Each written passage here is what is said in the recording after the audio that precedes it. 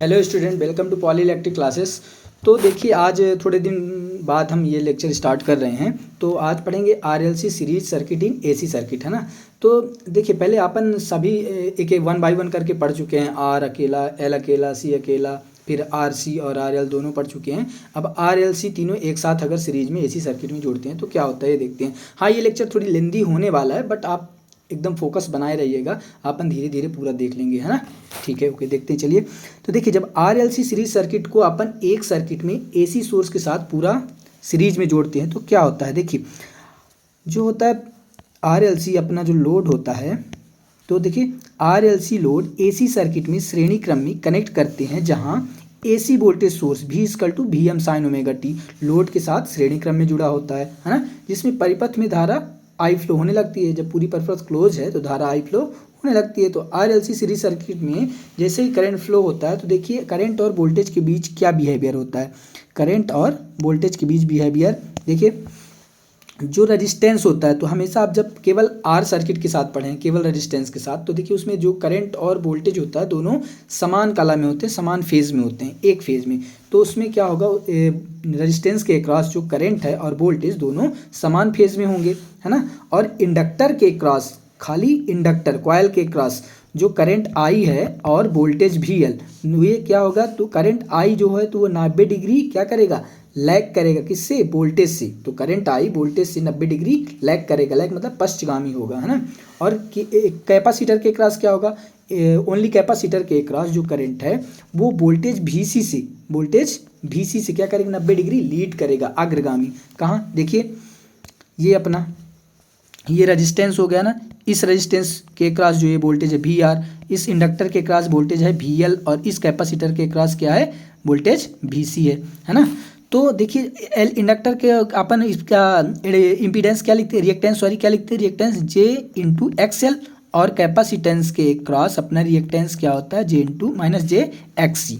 ठीक, तो देखिए अपन जब टोटल वोल्टेज निकालते हैं, टोटल वोल्टेज ये यहाँ का टोटल वोल्टेज भी इक्वल टू इन तीनों वोल्टेज का वेक्टर सम होगा, इसका वोल्टेज, है ना। तो B equal to V R plus V L plus V C, इन सब का वेक्टर सम होगा, ये टोटल वोल्टेज होगा ना। तो देखिए V equal to V R क्या है, वी आर होता है, ये वी आर क्या होता है, वी आर होता है आई इंटू आर, क्योंकि इसके क्रॉस भी करंट वही आई फ्लो हो रही है, तो आई इंटू आर। और तो यहाँ लिख देंगे आई इंटू आर प्लस, अब वी एल, ये जो वी एल है, ये वी एल, तो इसके क्रॉस क्या होगा वी एल, ये होगा आई इंटू जे एक्सएल, ये एक्सएल जे इंटू एक्सएल, आई इंटू जे एक्सएल। तो यहाँ लिखेंगे आई, सॉरी एक सेकेंड, हाँ यहाँ क्या लिखेंगे, आई इंटू जे एक्सएल, आई इंटू जे एक्सएल, फिर प्लस वी सी, इसके क्रॉस क्या होगा, इसके क्रॉस होगा आई इंटू माइनस जे एक्स सी, है ना, वोल्टेज। तो क्या होगा आई इंटू माइनस जे एक्स सी। तो देखिए क्या आता है, वी इक्वल टू आई सबसे कॉमन ले लेते हैं तो बचता क्या अंदर, आर प्लस आई, सॉरी जे आई मतलब जे एक्सएल प्लस माइनस हो गया ना, ये प्लस माइनस माइनस जे एक्स, ये बचा। तो अगर भी अपान आई करते हैं, इस आई को कहाँ नीचे लाते हैं, नीचे, है ना। भी अपान आई इक्वल टू क्या आ गया यहाँ, आर प्लस आई, इसमें से क्या करते हैं, आई को कॉमन ले लेते हैं इन दोनों में से, इसमें से, तो एक्सएल माइनस एक्सी। ठीक, तो भी अपान आई क्या होता है, ये भी अपान आई होता है इम्पीडेंस जेड, है ना।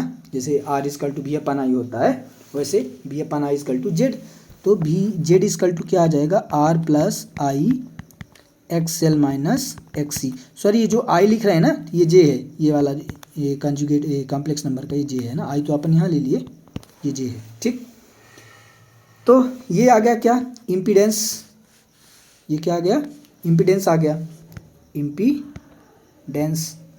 अब देखिए इस इम्पीडेंस में 3 कंडीशन बनेगी। कौन कौन सी कंडीशन बनेगी, यहाँ देखिए, यहाँ या तो पहला कंडीशन क्या बनेगा, पहला कंडीशन बनेगी केस फर्स्ट, इस पे केस फर्स्ट क्या बनेगा, यदि if XL is greater than XC.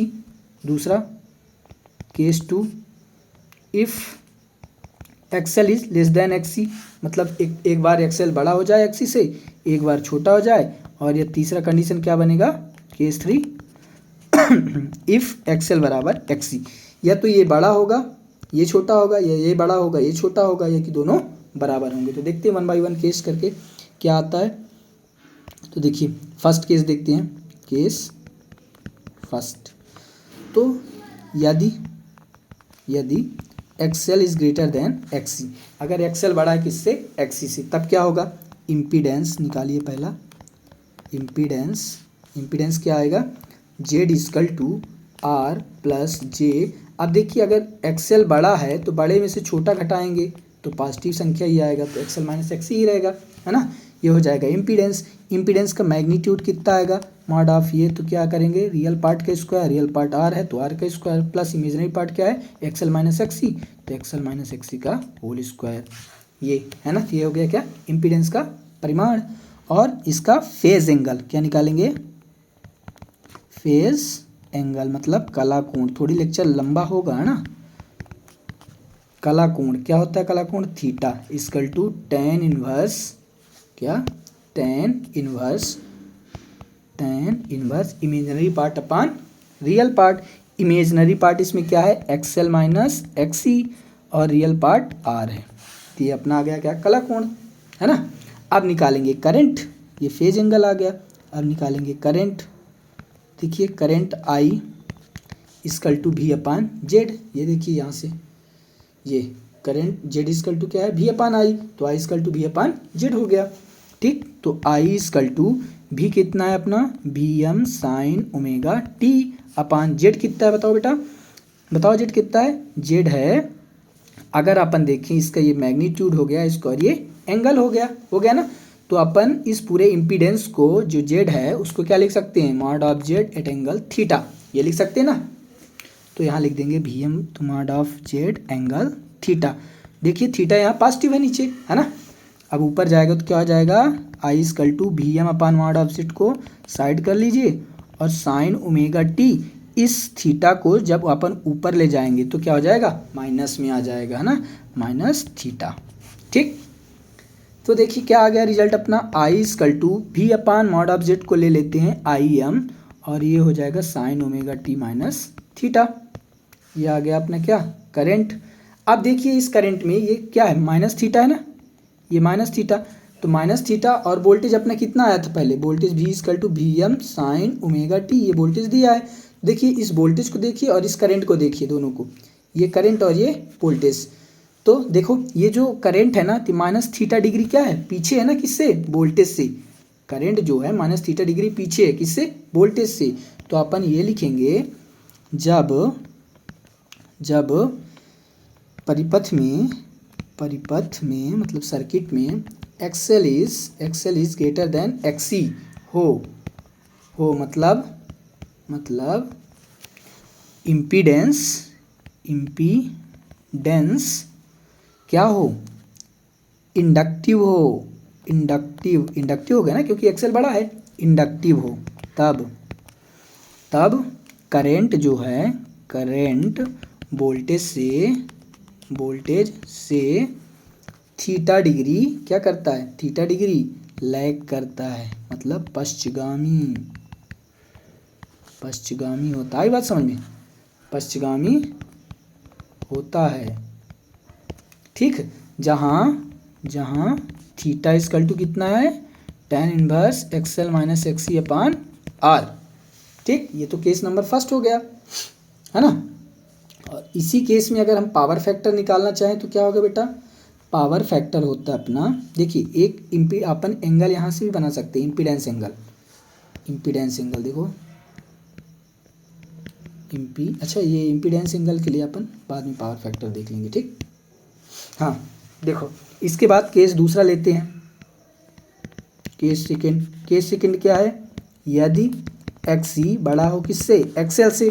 अब देखना अपना इम्पीडेंस कितना है, बताओ बेटा इम्पीडेंस कितना है, इम्पीडेंस जेड इक्वल टू है R plus J, XL minus XC था ना बेटा, एक्सएल माइनस एक्सी था, इतना ही निकाले थे ना अपन। अब देखिए अगर हमारा एक्सी जो है वो बड़ा है किससे, एक्सएल से, है ना, एक्सी जो है ये बड़ा है किससे, एक्सएल से। होती अगर ये वाली संख्या बड़ी है और ये छोटी है तो देखो ये माइनस साइन है तो क्या आ जाएगा, माइनस साइन बाहर आ जाएगा।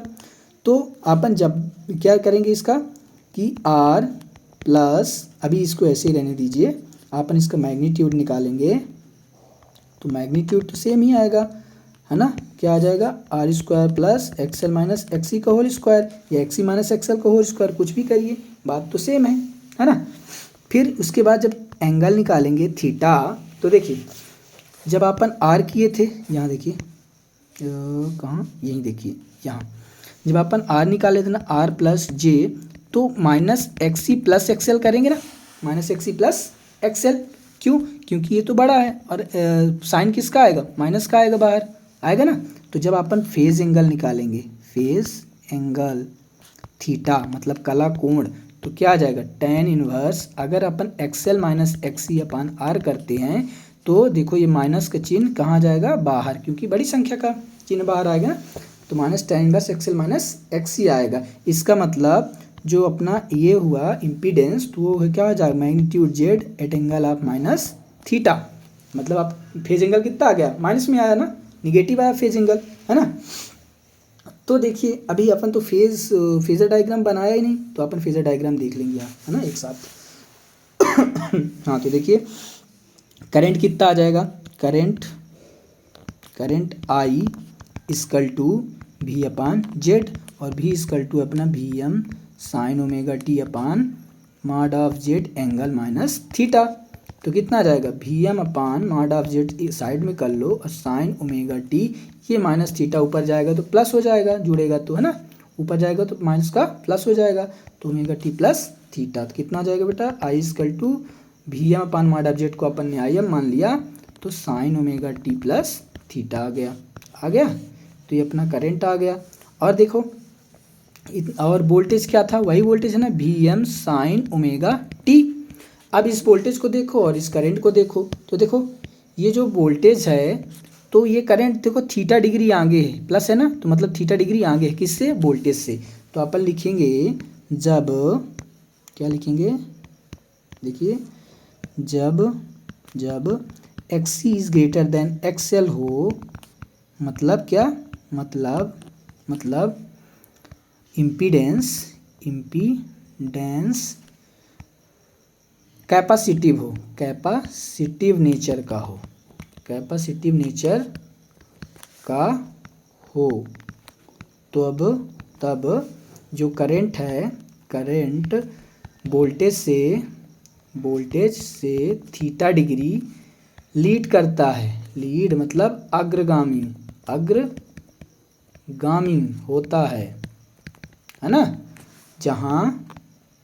जहाँ थीटा इक्वल टू क्या है बेटा, थीटा इक्वल टू है, देखो थीटा इक्वल टू, ये अपन कितना निकाले हैं, माइनस का tan इनवर्स। तो देखो अब माइनस का tan इनवर्स वाला क्या बन गया, प्लस बन गया है ना, क्योंकि ऊपर चला गया है। अपन यहाँ लेते तो माइनस थीटा ठीक था ना। थीटा इक्वल टू कितना है, tan inverse XL minus XC upon R, ठीक। जो माइनस था तो वो तो ये बताता है ना, ये जो माइनस साइन था ये वाला, तो ये बताता है लीड या लैग, है ना। तो ये ऊपर गया तो प्लस मतलब लीड, है ना, ठीक है। तो ये करंट हो गया है अपना, है ना। अब देखिए तीसरा केस देख लेते हैं, फिर इनका सबका एक साथ फेजर डायग्राम भी देखेंगे, है ना। नहीं, तीसरा केस अलग से देखते हैं क्योंकि उसमें रेजोनेंस कंडीशन आएगी ना। तो देखिए इनका फेजर डायग्राम देखते हैं, फेजर डायग्राम। तो देखिए पहले एक बार कितना, अभी 14 मिनट हो गए, है ना, तो थोड़ी लेक्चर तो लेंदी हो गई, पहले ही बताया। तो फेजर डायग्राम देखिए, जब पहला कंडीशन देखते हैं केस फर्स्ट वाले में, जब क्या है, XL is greater than XC, है ना। तो XL is greater than XC, तो देखिए, तो XL is greater than XC के लिए अपन कैसे ड्रॉ करेंगे कि ये समझ लीजिए कि आपका ये क्या है, रेजिस्टेंस, मतलब कि सॉरी, जब अपना वी आर था, वोल्टेज ले लीजिए किसके रिस्पेक्ट में, ये किसके क्रॉस, रेजिस्टेंस के क्रॉस। और रेजिस्टेंस के क्रॉस वोल्टेज और करंट दोनों क्या होते हैं, सेम फेज में होते हैं, तो यहाँ आई आर भी हो जाएगा, है ना। अब देखिए वी आर से जो करंट है अपना वोल्टेज से, इंडक्टिव केस में 90 डिग्री क्या करता है, लैग करता है, 90 डिग्री लैग करता है, तो इस डायरेक्शन पे क्या आ जाएगा, वी एल, है ना।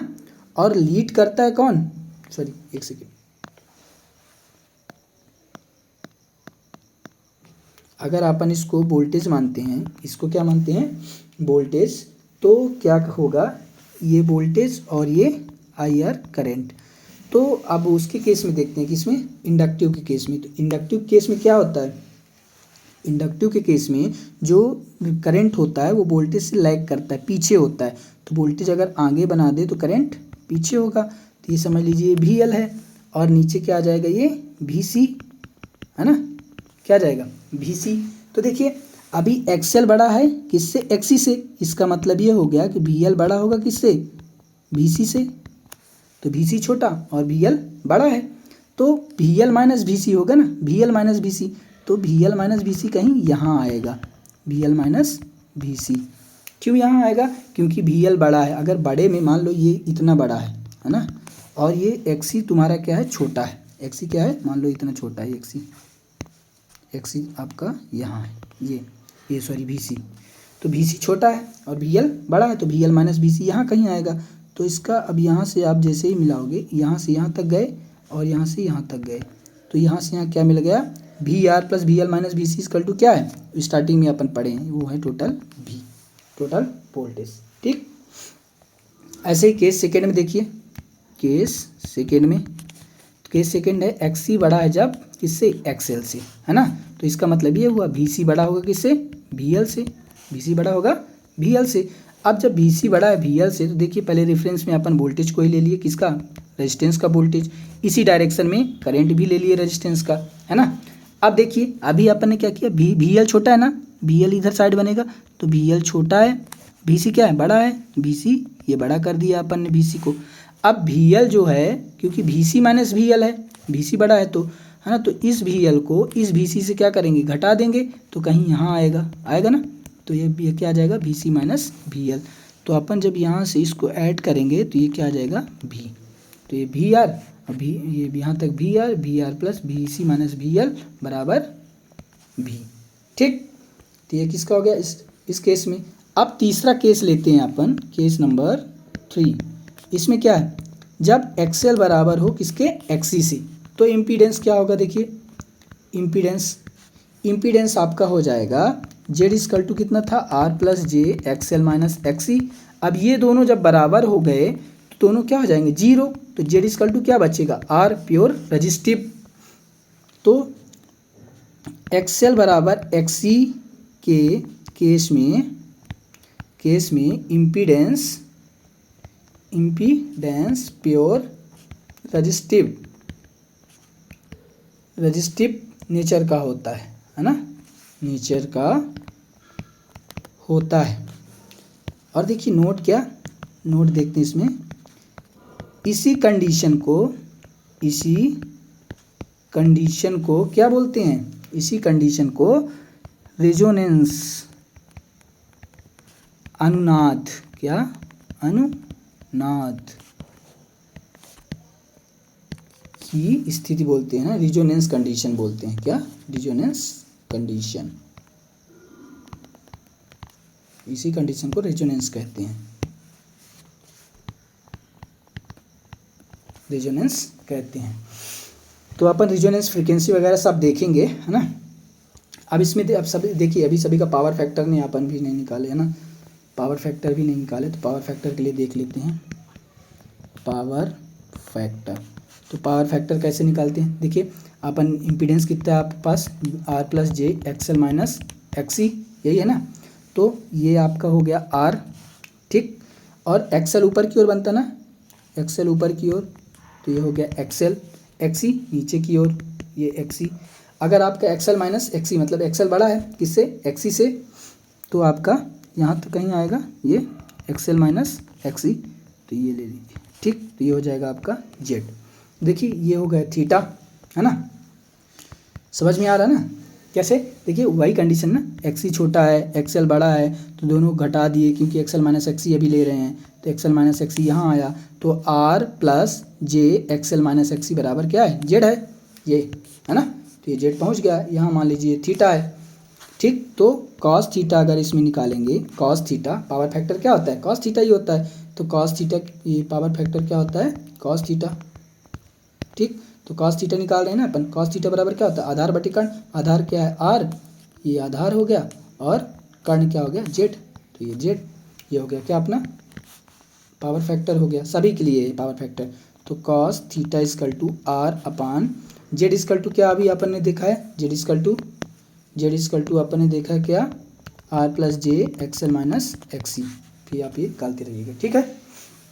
तो पावर फैक्टर हो गया। अब देखिए रिजोनेंस की कंडीशन में अपन निकाल रहे थे रिजोनेंस फ्रीक्वेंसी। ये सबसे अलग से ही एक क्वेश्चन है रिजोनेंस फ्रीक्वेंसी का। तो रिजोनेंस फ्रीक्वेंसी ये समझ लीजिए, अगर ये क्वेश्चन आपने कर लिया ना तो ये पक्का है कि आना ही आना है, चाहे फर्स्ट ईयर हो या चाहे सेकेंड ईयर हो, सभी में आना है ये क्वेश्चन। तो रिजोनेंस फ्रीक्वेंसी क्या करते हैं, रिजोनेंस फ्रीक्वेंसी कैसे निकालते हैं, देखिए। तो रिजोनेंस फ्रीक्वेंसी के लिए अपन क्या करते हैं कि किस कंडीशन में रिजोनेंस फ्रीक्वेंसी निकलती है, जब एक्सएल बराबर एक्सी हो तो फ्रीक्वेंसी रेजोनेंस फ्रीक्वेंसी होती है, रेजोनेंस फ्रीक्वेंसी होती है। तो रेजोनेंस फ्रीक्वेंसी निकालते कैसे हैं, देखिए एक्सएल बराबर एक्सी करिए। ठीक, एक्सएल बराबर क्या होता है, ओमेगा एल। एक्सएल बराबर क्या होता है, ओमेगा एल। और एक्सी बराबर क्या होता है, 1/ओमेगा सी। दोनों को वैल्यू पुट कराइए, 1/ओमेगा सी, एक्सी बराबर, है ना। तो ये ओमेगा यहाँ ऊपर ले जाइए, इस ओमेगा को यहाँ इसके साथ ओमेगा स्क्वायर हो जाएगा, और इस एल को नीचे लाइए तो 1/LC हो गया, हो गया। तो ओमेगा इजकल टू कितना बचा, 1/√LC बचा, है ना। अब यही है अपनी क्या रिजोनेंस फ्रीक्वेंसी, ओमेगा नॉट इसको बोलते हैं। ठीक, तो ये अभी तो रेडियन में हो गया ना, रेडियन में। तो अपन फ्रीक्वेंसी निकालते हैं तो ओमेगा नॉट इजकल टू होता है 2 पाई, जैसे omega is equal to 2 pi F होता है ना, तो ओमेगा नॉट इजकल टू क्या लिखेंगे अपन, 2 पाई एफ नॉट। तो यहाँ लिखिए 2 pi F nought equal to 1/√LC।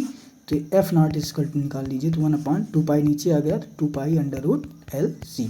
ये हो गया क्या अपना रिजोनेंस फ्रीक्वेंसी, किसमें, हर्ट्ज में। ठीक है, तो रिजोनेंस फ्रीक्वेंसी भी निकल आई और ये सारी चीज़ें हो गई, है ना। तो देखिए ये थोड़ी लेक्चर लेंदी ज़रूर हुआ है, लेकिन आप ये लेक्चर को अगर कंप्लीट करते हैं तो ये पक्का है 100% कि आना ही आना है, चाहे सेकेंड ईयर हो या चाहे फर्स्ट ईयर का FTPE हो। ठीक है, तो आज इतना ही, आगे फिर नेक्स्ट देखते हैं। Okay, thank you.